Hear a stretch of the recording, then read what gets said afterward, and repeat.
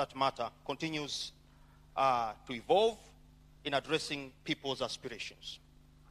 But what are the desired future? What is the desired future of Africa? Or what are the desired aspirations of Africa? A review of the Agenda 2016, the Africa We Want, which is the document seeks to transform the continent into a global, powerful house of the future. This blueprint, or this document, echoes the Pan-African vision of having an integrated, prosperous, and peaceful Africa driven by its citizens, representing a dynamic force in the international arena. The Agenda 2063 outlines several aspirations for the future of Africa. Number one, it aspires for prosperous Africa, which is based on inclusive growth and sustainable development. It desires a high standard of living, quality of life, and well-being for all by ending poverty, inequality of income and opportunities, job creation, to address youth unemployment and facing challenges of population growth and rapid urbanization. The issue of job opportunities has occurred in this discussion, and I think tackling it better starts from the angle of education.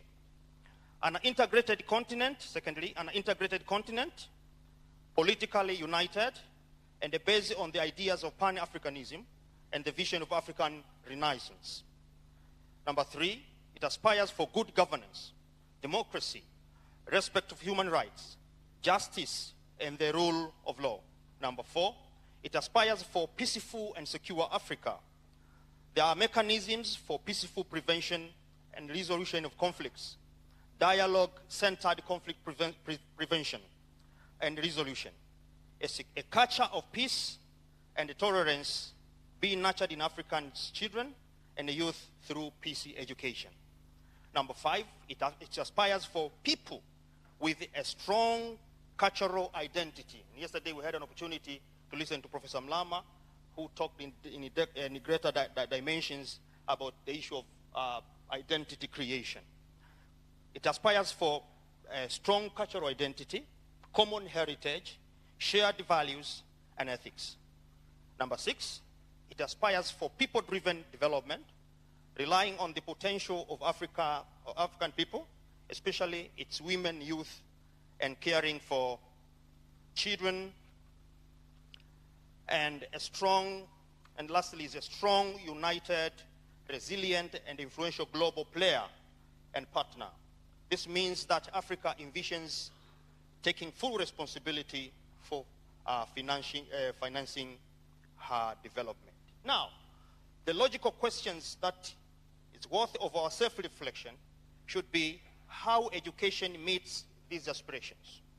Despite the concerted efforts between individual states or African states and the regional communities to reform and improve access, quality, and relevance of education, the following are notable challenges and problems of African education and education systems. As we look forward to the future of Africa, we must reflect on how these 7 challenges and education issues can be addressed. Number one, Africa still records low levels of literacy despite her commitment to education for all. Education for all framework aimed to meet the learning needs of all children, youth, and adults, but Africa still records low literacy levels for the population above 15 years. For example, countries whose literacy rates are below 50% by records of 2021 includes, for example, Liberia, which still records only 48% literacy rate. Niger, 35%. Sierra Leone, South Sudan, 35%. Guinea, 40%. Guinea-Bissau, 46%. Chad, only 22%. Central African Republic, 37%. Burkina Faso, 39%. Benin, 42%. And the list can go on and on. In all cases, women comprise most of the illiterate group. Women comprise most of the illiterate group. For countries that have attained promising records on access, a challenge lies ahead for them to further address inhibitors of access to education by focusing on existing non-financial barriers to education. Secondly, the education system has emphasized expansion of education without adequate attention to its relevance, and we've seen about this, the Ricard discussion, the issue of youth BAM, and how it could be tackled from different angles. Issues of relevance leading to waste of resources. Education also provided in schools and universities has remained theoretical and devoid of practical aspects. Teaching and learning are predominantly characterized by lectures, memorization, and a mechanical gathering of facts instead of extended field excursion, inquiry-based learning, research, innovative technologies in education, and so on and so forth. As a result, school graduates, or university graduates, or college graduates for that matter, lack skills needed by industries and professions. The relevance issue is more pronounced at the upper secondary and vocational levels, where, while expanding access, the alignment of curriculum with the needs of labor market assumes greater significance. In both private and public sectors, employers have consistently indicated graduates' professional or skill ineptitude and a lack of autonomy in mastering job skills, both hard and soft skills at workplaces. The question is how to make the curriculum more useful for those who drop out before the end of the basic cycle remain unsolved. Thirdly, African school systems are tilted towards passing examinations for certification rather than transforming individuals into critical beings. As a result, the certification has not matched up the actual competencies of school graduates. Even learning assessment has erroneously but persistently targeted cognitive competencies while turning a blind eye to other critical facets of human development like talents in sports, games, artistic abilities, innovation, cultural creativity, and design. Fourthly, a major problem in most African schools is the failure to turn out students with appropriate knowledge and skills, and this has been spoken here over and over again. This is witnessed by lack of connection between skills learned in schools and those needed in the world of work. Although, as a result, African cities are consistently bombarded with serious rural-urban migration crisis. This serves as an evidence that education provided in schools either does not match up or does not leverage the agrarian sector, which forms the backbone of most of the African rural settings. Fifthly, education financing by African government is still very inadequate due to the low capacity of many of them to raise taxes for increasing economic and social investment. Indeed, their spending on education is far below the GDP threshold of 15 to 20% of their total public expenditure. In terms of percentage of GDP, government financing of education looks substantial, but in absolute terms, the per capita expenditure on education remains very low. Consequently, most African governments must rely on international aid to sustain education to cope with the fast-growing population. Few African countries have funding formulas for education and the other social services. Often funding is allocated on convenience rather than based on inputs and output goals or performance indicators. Budget adjustments are made through administrative decision-making across the board directives without prior consultation or risk analysis. Though the private sector is involved in education provision, ensuring their participation in education financing to attain equitable access remains a significant challenge. 6, African education systems are centralized and characterized by weak management, planning, evaluation, and incentive structures. Most countries do not have reliable information systems to facilitate planning, monitoring, evaluation, policy formulation, and resource allocation. More seriously, the systems cannot ensure the proper use of funds. The highly centralized nature of education delivery in most African countries precludes possibilities of local participation, which could resolve some issues in resource mobilization, management, accountability, and sustainability of the education system. Most countries have not been able to decentralize meaningfully due to the problem involved in the low capacity, development, and the devolution of power and resources. The absence of proper budget and expenditure tracking systems has sometimes made the decentralization to be ineffective. This is due to the limited financial management capacity or corruption at local levels. Finally, quality of education problems. Several factors explain these quality problems depending on the country and the level of education.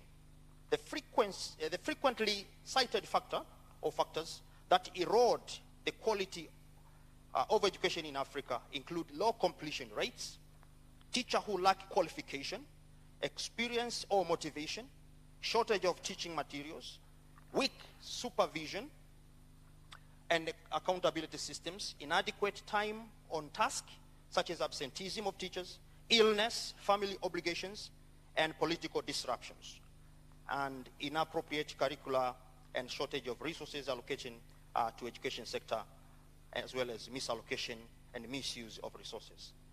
Mwalimu's vision on education, relevance, and applicability. Examining these problems and challenges of education in Africa calls for ideas of and philosophy of Mwalimu Julius Nyerere, the founding father of the nation of Tanzania.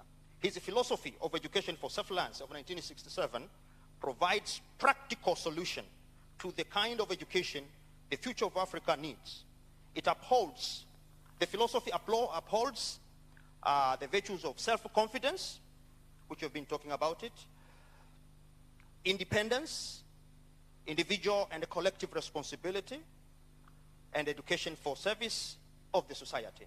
It also includes respect for human rights and freedom, democratic involvement, respect for dignity and equality, cooperation, and unity. Now, on the question of relevance to education. Julius Nyerere viewed education's purpose as that one of capacitating individuals and making them independent, both mentally and physically, to rid the country out of 3 enemies of development: diseases, ignorance, and poverty. To him, the value of education constitutes the desire it creates and the capacity it builds for people to emancipate themselves from the shackles of poverty, diseases, and ignorance. His vision of the purpose and relevance of education to Tanzanian society is evident in his speech of 29th August 1970, delivered to a huge cloud of workers and the peasants who had attended the inaugural ceremony of the University of Dar Es Salaam. He stated that the University of Dar es Salaam was destined to be an institution of higher learning where people's mind would be trained for clear thinking, independent thinking, analysis, and problem solving at highest level. From his philosophy, we learn that education should nurture critical thinking, fikra tunduizi, the ability to think critically about situations, events, and problems, and devise solutions. To promote a critical mind, Nyerere underscored the primacy of an African-oriented education, an education aimed to meet the present need of Africa, that prepares students to work with people of Tanzania for the benefit of the nation. Its teaching activities and its search for knowledge. Therefore, the aim of the University of Dar es Salaam had to be service to the need of developing socialist Tanzania. Tanzania determined to uplift the conditions under which masses of the people of the Union live. This purpose insisted Mwalimu determined the subject taught, the content of the course, the methods of teaching, and the organization of the university and its relation with the community in general. Further, Mwalimu J.K. Nyerere insisted that education and schooling should be a microcosm, a real life experience, and he meant rural life. His education for self-reliance drew particular attention to the application of relevance of what is learned in school. It means that knowledge, skills, and values obtained in schools should have potential and be connected to their society. In other words, education must be work-oriented. It calls for relevant education to be to the need of the society, suggests using learning by doing as a dominant mode of learning in schools. Indeed, productive work should become an integral part of school curriculum to provide an effective learning experience by integrating theory and practice. This practical approach to teaching and learning is aimed at manual labor.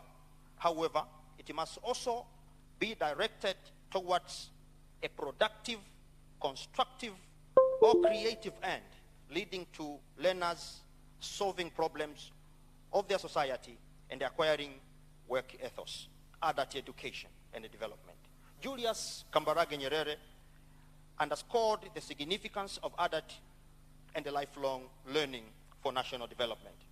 In the Dar es Salaam Declaration, Nyerere called the adult education to be premised on helping citizens help themselves and be an integral part of people's lives and inseparable from it. He argued that education should stretch beyond classroom and that adult education should inspire people to desire change and use education to make their own decision. Education and the future of Africa. It is estimated that by 2050, Africa population will double from the current population of 1.4 billion people. This means that by 2050, 1 in 3 people on earth will be African.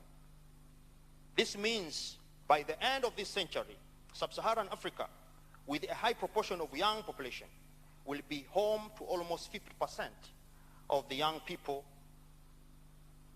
in the world. If properly harnessed, the young boom, which we have discussed here over and over again, the youth boom could propel the continent to new levels of economic and geopolitical power.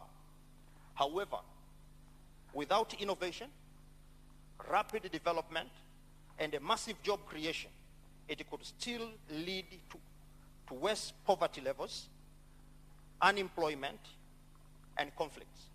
So what is the role, or what role can education play in shaping the future success of Africa? Number one, generally, African countries should continue to mobilize their resources and effectively invest in education as a priority sector at all levels. Poor education is a personal tragedy that imprisons people in poverty, but but is a collective failure that could also cost the continent its chance to prosper. According to OECD, if all 15 years old achieve basic level of education, Ghana, for example, could increase its economic growth to 3,800%, and South Africa to 2,600%. Quite an enormous increase, injection of education effect on the population. Furthermore, African governments should focus on converting their demographic strength, which we already have, to productive strength by capacitating the youth with viable, appropriate skills for production. For example, the proportion of children finishing primary school in sub-Saharan Africa has rapidly increased, but the quality and the relevance of education they receive is often dire. As explained elsewhere, adult literacy in sub-Saharan Africa is around 59 compared to the global ranking or average of 84. So still lagging behind. Dr. Mgonda. Okay, fine. Another thing, thank you, Madam Chair. Increasing the skill base in Africa should be done with caution by carefully auditing qualifications demand in the labor market and from employers. Through this approach, countries like Germany have managed to raise vocational education standards, fill the skill gaps, and keep the youth unemployment down. As you might be aware, the government of Tanzania, through the Ministry of Education, Science and Technology, has embarked on a promising journey towards reviewing its educational policy and curricula. The purpose of this review is to reorient the focus of education towards producing schools and university graduates who have what it takes to employ themselves and master their environment better. I characterize it as a comeback of J.K. NYERERE'S Education for Self-Reliance. Number 3, African schools and colleges and universities must use new technologies and should not remain an island of ICT advancement in education. Instead, African nations must embrace and harness possibilities for blended learning and open distance learning delivery modes. This will supplement gap inequality where teachers' standards vary so widely. In this way, one competent teacher, for example, can save more students beyond the 4 walls of their classes. Again, online delivery can aid education delivery more flexibly, even when physical meetings are not possible. We have an experience of COVID-19 where most of schools and universities had to be shut down, but with more investment in ICT, some of these programs could proceed online. The need for favorable and fair conditions and more proactive role of private sector is not something to ignore. So in private sectors or private institutions in Africa have proven to be very, very important partners whose role in education delivery will continue to be dispensable in future. So better environment should be created for them to proactively involve in education. Lastly, the quality of education in Africa cannot surpass the quality of its teachers. Therefore, there is a need for continued investment in teachers and in the teaching cadre regarding their professionalization, regarding their remuneration, and their incentive. Unfortunately, according to UNESCO, there has been a decline in teachers' pay across Africa since 1975. Now, in future, it will be challenging to attract brightest people to the teaching profession if its status, its image remain low, the conditions of teachers remain low, and the graduate continue to see teaching as an option of last resort. Madam Chair, I beg to submit. Thank you.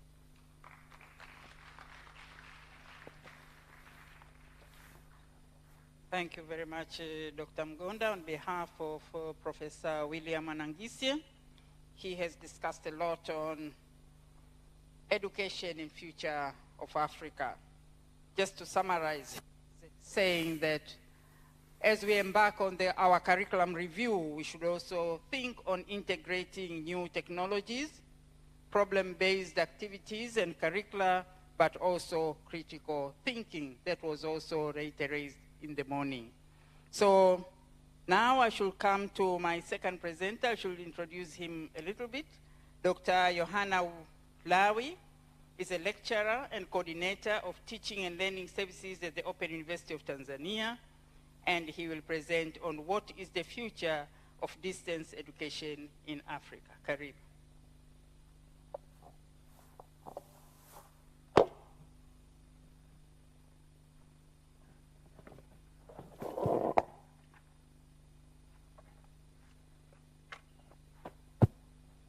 Good afternoon. Thank you, 20 minutes. Madam Chair, and the organizing committee for inviting me to present a keynote address on education and the future of Africa. And I will focus on open and distance education and the experience from the Open University of Tanzania. As the chair introduced, I'm Lawi Yohana, the University Coordinator of Teaching and Learning Services. So I have the slides. Can you? Okay, so overview of open and the distance education, experience from the Open University of Tanzania. I will present on this aspect, the meaning of open and distance education for those who may not be aware on that, and also the strengths, the weaknesses, the opportunity that are available, the threats, and the way forward. We have these two terminologies in open and distance learning. Distance learning simply a process whereby the student learns while separated from their lecturers. And the open learning, which is a form of learning that emphasizes on flexibility and learner-centeredness. Then we have these two forms of education. Here, it's a traditional universities or traditional education, conventional education, and then distance education. And you can be able to see the differences there, that in distance education, we normally use, mostly nowadays, we use technology to deliver education, and there is no direct contact between a lecturer and a student. And in terms of economies of scale, in distance education, it is possible to admit many students. Some open and a distance learning institution in the world that have a lot of students. For instance, in Africa, we have a University of South Africa that have more than 500,000 students. And in other universities in Asia, for instance, in the Ragandi Open University, they have more than 2 million students. So that is one of the differences, but also it's less expensive. We don't need accommodation and media allowances because our students learn while they stay at their home. So it's also flexible in terms of place and time. So we have this main delivery mode, a traditional distance that we used even at OUT previously, where we are using the print study material or print media, but nowadays with technology, now we are using online services, the internet, and therefore we have online learning, which is a process whereby we are replacing the traditional face-to-face instruction with the online teaching. So now it is possible to deliver even a lecture through technology. For a good example of technology that is currently used is a Zoom. So you can follow a lecture wherever you are. But also, we can also record this lecture and post in various platforms. For instance, the YouTube, and then you can follow those lectures, seminar, and so on. But then we have a blended learning, because some aspect of teaching at the moment cannot be completely replaced with online. So we need also some face-to-face or physical interaction. For instance, in science subjects, at the moment, students can still go to laboratory, to the physical laboratories, to continue with their learning. So that's why we have a blended, so we combine both online and the distance, or online and the physical teaching, face-to-face teaching. And the approach that we use in open and distance learning is pedagogical approach. In this approach, we assume that students have the potential to learn continuously in real time by interacting with the environment. So the role of the institution or the instructor is to create the environment for the students to learn themselves. So it is basically a student-centered teaching approach, open and distance learning. So these are the way how this approach works, that most of the activities students have to do themselves. I will not go to each of the approach, but you can follow in the slides. Because of time, I've given just 20 minutes. So that is blended learning. I've already explained. For instance, this is a course, let's say ecology, with 100 credits. So the teaching and learning activities are there. We can have online discussion or online seminar. That's how we distribute the teaching and learning activities. So you can see number practical laboratory work, 20 hours. There students can go to the physical laboratories, but the rest can be done online. And these are some of the differences between a traditional teaching approach in the conventional universities and in online teaching. And we started at OUT, we started in 2012 to use the blended teaching approach. What is also important in online learning is to provide student support. It is very important because this will prevent students from being isolated from each other, because they are distantly located. But through technology, they can come together, and also to provide direction to their students. So in our case, student support is very, very important. And with the use of ICT, it is very possible to provide varieties of support. So this is an example of how a student can learn in open and distance environment, from inquiring about education, open and distance, then can make application, then make registration of courses, then up to graduation. Then we have enabling value chain below.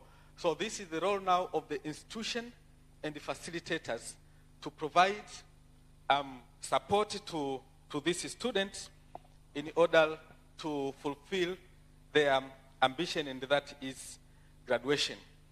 Let me also talk a little bit about assessment. Experience from OUT our assessment system is centrally coordinated, that we have a special unit that is responsible for coordinating the examinations, like our National Examination Council. That is one. But also, what is different from other institutions is that we are using examination data bank. So even the lecturers who are responsible, they cannot know which paper their students will sit because of using the examination data bank system. Then it is a flexible learning. So also we have on-demand examination. So we are not forcing students to sit for the exam. So if you are not ready for the exam, it's allowed in ODL. You just sit where you are ready for the exam. Then we have recently introduced oral examination, even for annual examination. And this is very important in the competence-based curriculum. We know now the national, I don't know which institution, we have changed now our educational system to competence-based curriculum.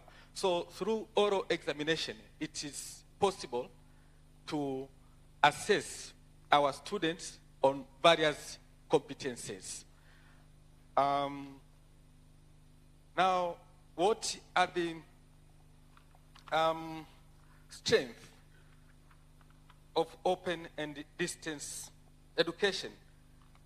We can say, as a country, we have academic staff, pool of trainable and dedicated staff. We have a number of individuals who have attained their education level up to PhD in many universities. Nowadays, it's not a problem. But also, we can use the existing program to transform them into online program. The TCU has already approved our curriculum. Then it is possible to change them to comply with the online and blended learning environment. But also, majority of universities management in Tanzania have a strong will and a commitment to ensure a success of open and distance education. Even here at the University of Dar Es Salaam, I think you have about 5 programs which are offered through ODL. But we have efforts also from other higher learning institutions, Mzumbe, UDOM, and so on. So, but also the existence of learning management system, the Moodle, Sakai, and the other system. They exist in our universities nowadays. But there are some weaknesses on this education approach, lack of trained personnel for student support and services, and of course, inadequate of trained staff in open. And with online learning, we also need instructional designer or educational technologist.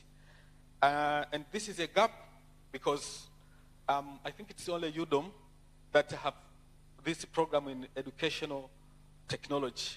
I don't know here if we have these programs. But that's one of the weaknesses, and even in our in Utumishi, that cadre is not recognized. But we have other weaknesses, the internet and the electricity problem, but with time, I think this problem will be overcome. Inadequate ICT skills for both students and the staff. Also, inadequate funding and the high cost for procurement and the maintenance of internet facilities. In our case, we are using about 70 million per month for internet services. So it's not easy. It needs investment, and how the government will assist the educational institution to lower this cost of internet services. Then cost for production of quality e-learning materials, and of course, fear of losing intellectual property rights on course material. Because what you are teaching in open learning, it is always open to public. If you go to YouTube, if you search the course code of our courses at the Open University of Tanzania, then you will be able to follow the lecture freely, even the lecture through Zoom. And of course, previously, even here when I was a student, I was using a study material from the Open University of Tanzania. But we have this open educational policy, so we don't mind.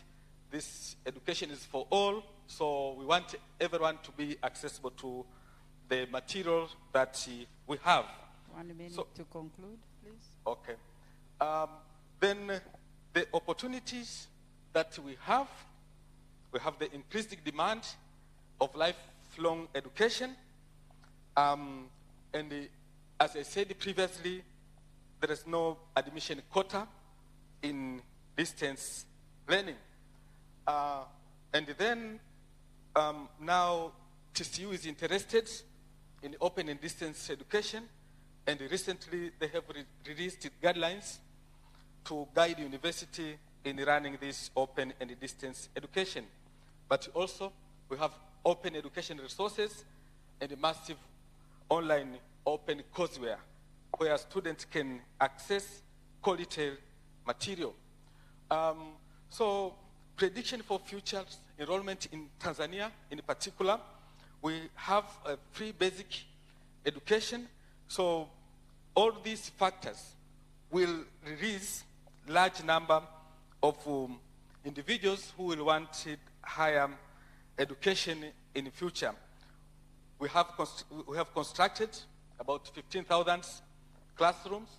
This was under this period of UVICO 19.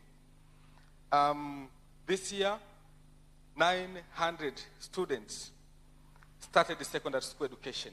So all this, we see it's a future for expanding open and distance education, and even the higher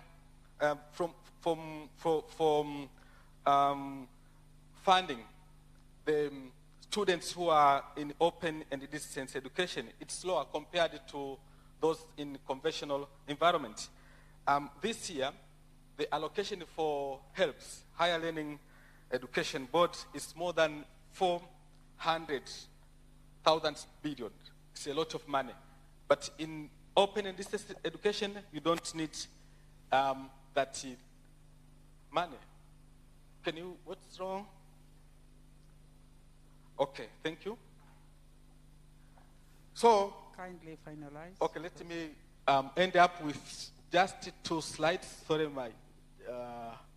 yes, so where will Tanzania be in the next 50 years?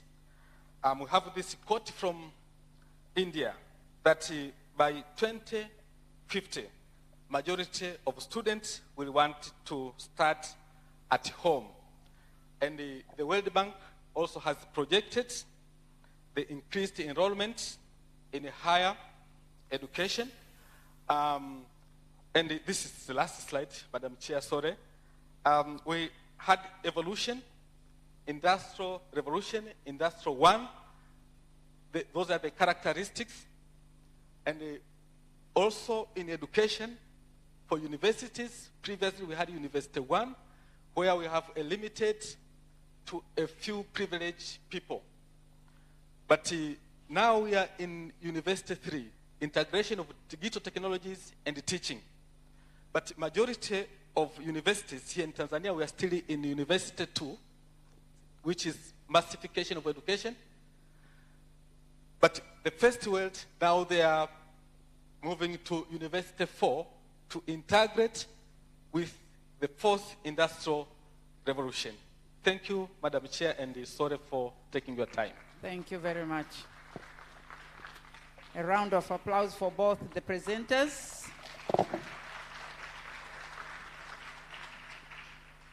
Thank you very much. Now it is time for discussion, but due to time constraint, we shall take only 3 questions.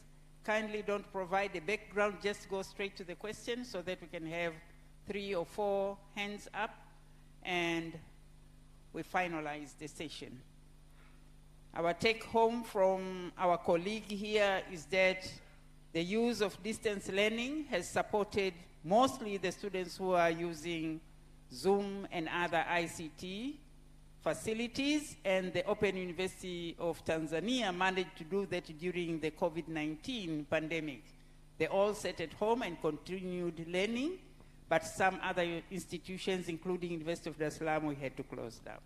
So that is one of the advantages. The infrastructure is very important. Okay? Now we shall start.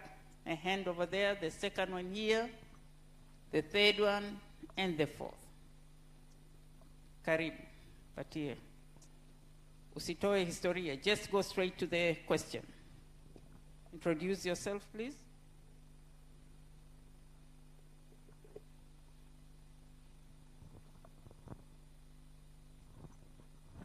Asante. Kwa majina naitwa Abdul Nondo, ni mwenyekiti wa ngome ya ACT Wazalendo Taifa. Nina mchango kidogo lakini nina maswali. Tunaomba uende kwenye maswali. Mchango. Okay, asante. Asante. Basi ngoja nijikite kwenye maswali. Watu wa mada tumewasikia vizuri sana. Hatujasikia mawazo yao kwamba kwa nini tusiwe na mfumo wa elimu ambao unaambatana na ujasiriamali, yani entrepreneurship education ama educational entrepreneurship. Kwa sababu leo hii wanafunzi, ukiangalia mfumo wetu wa elimu ni pyramid like shape. Idadi ya wanafunzi wanaotoka shule ya msingi wanabakia darasa la 7. Wanaotoka form 1 kwenda form 4 wanabarikia form 4. Wanaotoka form 4 kuja chuo wengi wanabakia. Hoja yangu mimi ni kwamba vijana wengi wako mtaani hawana ajira. Mfumo wetu elimu mmezungumza hapo ni theoretical.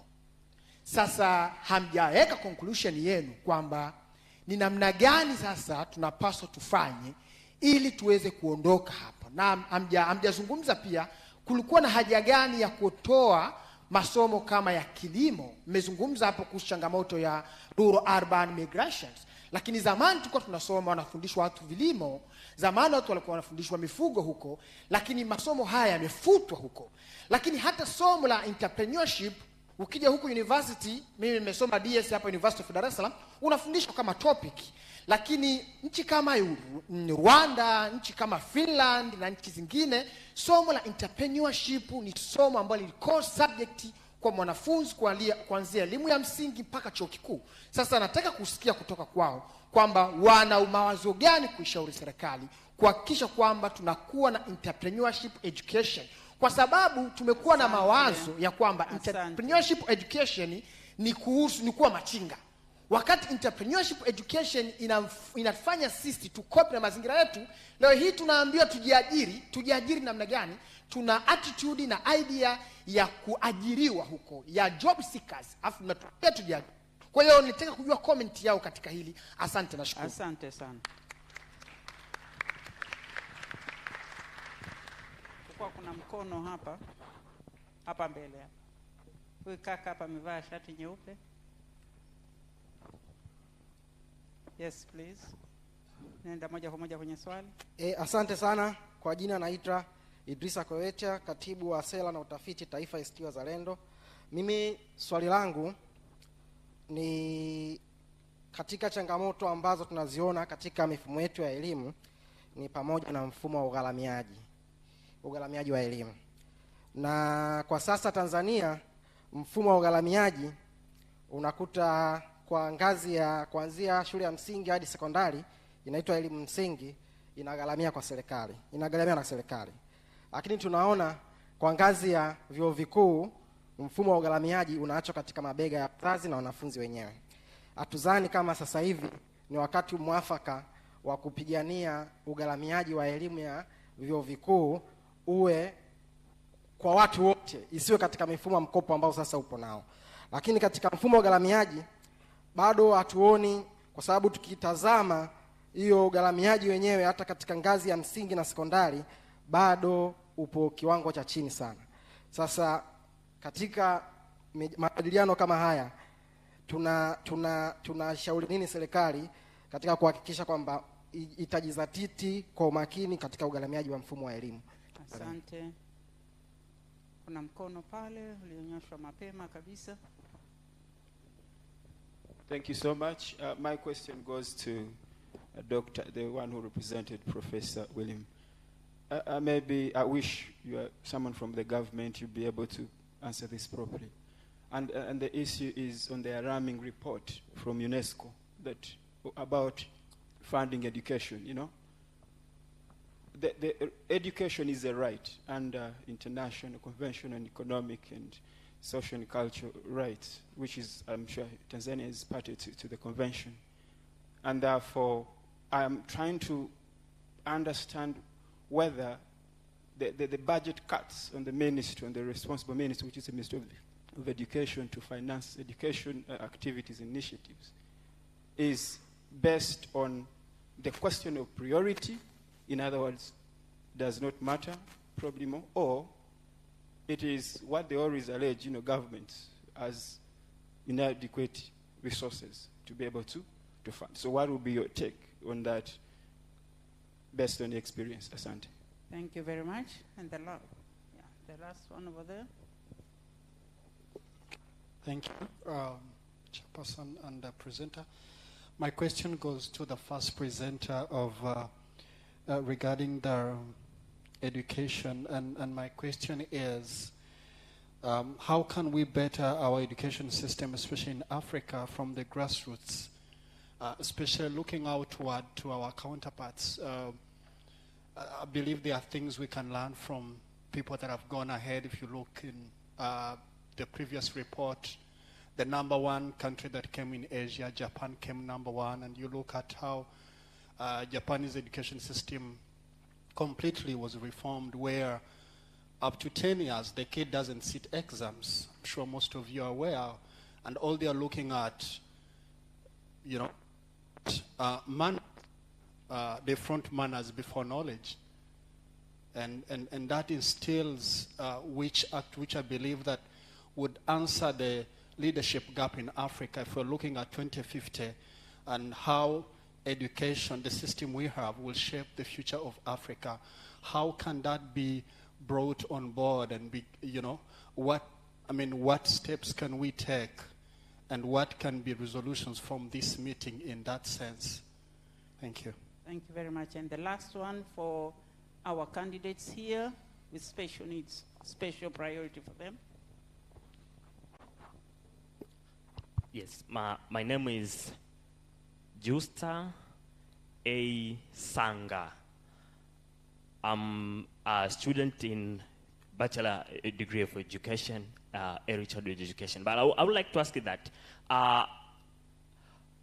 when we have a look on teachers in other countries, we find out that they are paid nicely. That's why maybe their level of working is a bit higher. But when we come back to Tanzania, we teachers in Tanzania, we are paid low compared to other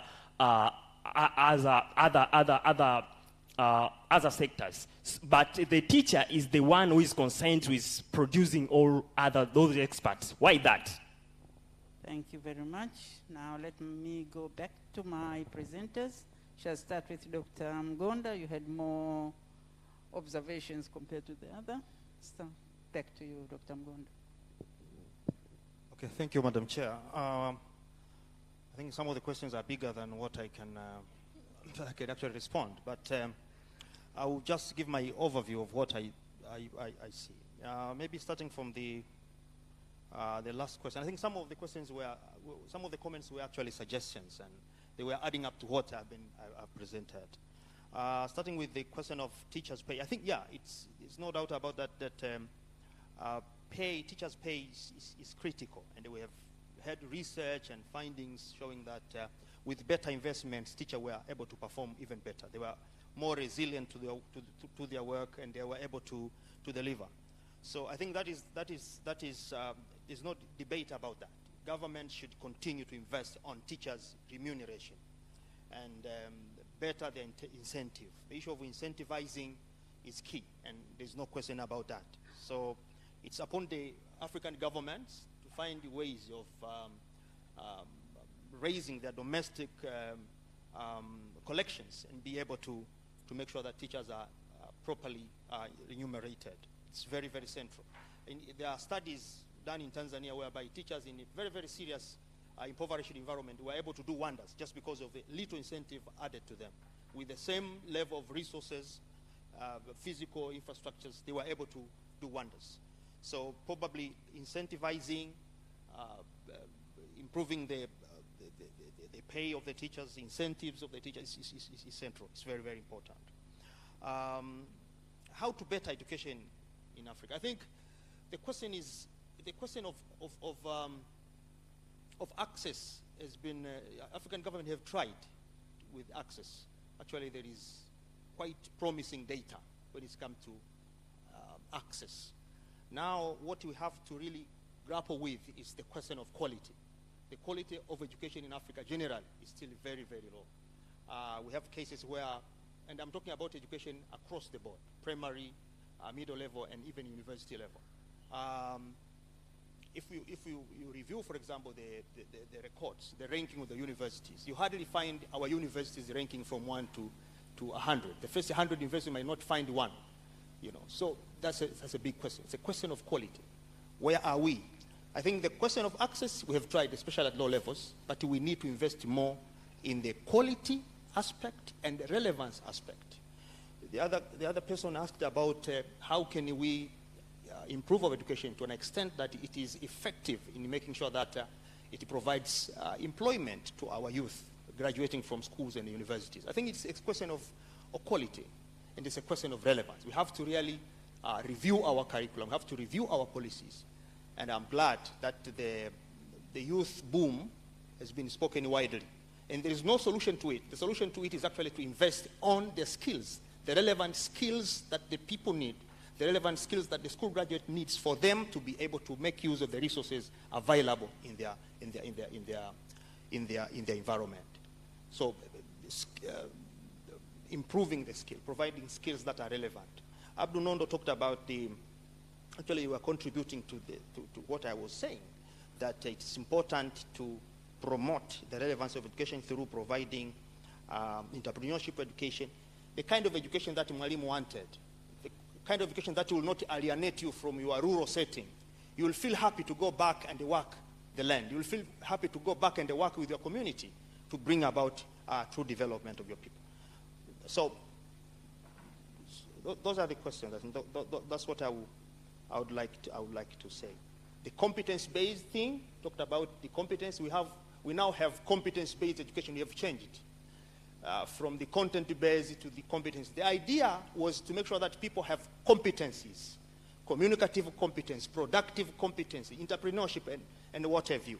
All these are aimed, if they were well delivered in schools, these people graduating from school systems, they will be able to find something to do in their home environment.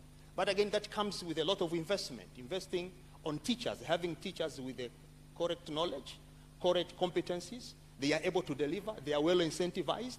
They are able to go away to the rural areas and deliver education, and so on and so forth. So it's a question of investment. I think we need to invest more. In a situation whereby you have hardly less than 10% allocated of your national expenditure allocated to education, I think it's very difficult. That's why the GP said at least a 20% of the national expenditure be allocated to education. This is quite a big chunk of money that could revolutionize if strategically invested. So continuing to invest in education is something that is unavoidable. Yeah, funding, yeah, it's a complex issue. I know with regards to Tanzania, I think the government has been increasing the funding, especially with the higher learning institutions. This year, I think we are committed to, the government is committed more than 570 billion allocated to loans. It has been increasing. Last year we had 400 something. So, but again, at low levels, as we said, we have been able to cover, to finance through the capitation grant and what have you. But that is not enough. We have to really conscientize the masses, and the government has to keep on investing on education. Thank you. That's what I have for now. Thank you very much, Dr. Mgonda, for your responses. Now let me give a chance to our second presenter to conclude. Okay, thank you, Madam Chair. Let me add on what my colleague has just said. Funding of education is really a challenge. As I said in my presentation, the government in this year has allocated about 470 billion for only, for only helps. So it is very expensive, and the students here, there are less than 100,000 for all universities in Tanzania, and not all can get that loan. So open and distance learning is one of the alternative, because some ministry, their budget is even less on what has been allocated to education only.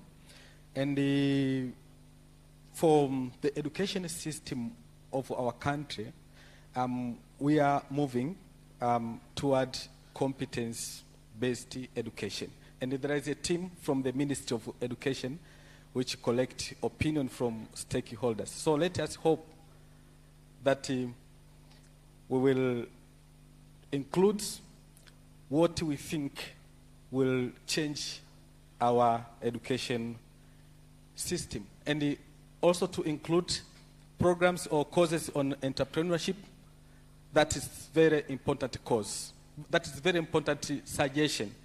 And as educational stakeholders, we are taking it very seriously in our plans and in our program.